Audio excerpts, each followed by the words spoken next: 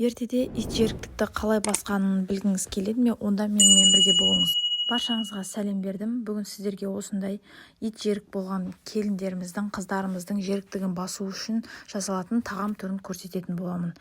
Ең алдымен жүрекшені қызартасыз, одан кейін бөлме температурасындағы сүтке 2 жұмыртқа, тұз салып және кішкене сода қосып осындай қамыр илесіз. Қамырыңыз өте қатты болып кетпеу керек, жұмсақ, әдемі болу керек. Және осы қамырымызды жарты сағатқа июі қану үшін қойып қоямыз. Бұл тағамның басты фишкасы қыстан қалған сүрленген тұзды етпен жасалатын болғандықтан салмасына ешқандай тұз қоспайсыз. Тек пиязды, етті жақсылап турайсыз да, оған қара бұрыш, қызыл бұрыш және түрлі етке дәм беретін дәмдеуіштер қоссаңыздар болады. Осылай табаға салып жақсылап араластырамыз. Пиязымыздың суы шығып, бір-біріне дәмі сіңу қажет.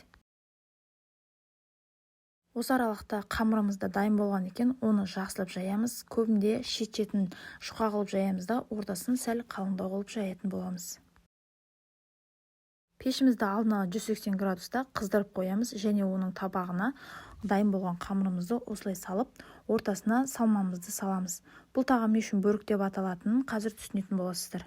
Себебі қамырын дәл осылай қолмен видеода көрсетілгендей қылып түйіп шығасыздар. Ортасы ашық болу керек.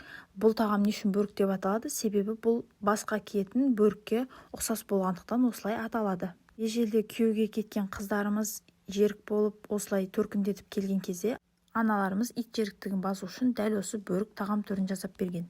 Себебі бұл тағам қыстан қалған сүрленген етпен жасалатын болғандықтан ащы болады және ит жеріктікті басады. Міне дәл осылай дайын болған бөрігіміздің сыртына жұмыртқамызды жағамыз да мак сеуіп 180 градусқа 40-45 минутқа жібереміз. Еті жұмсақ болып, пияздың суы шығып өте дәмді болып шығады. Дәл осылай пышақпен бөлмей қолмен үзіп-үзіп жесеңіздер өте дәмді болады.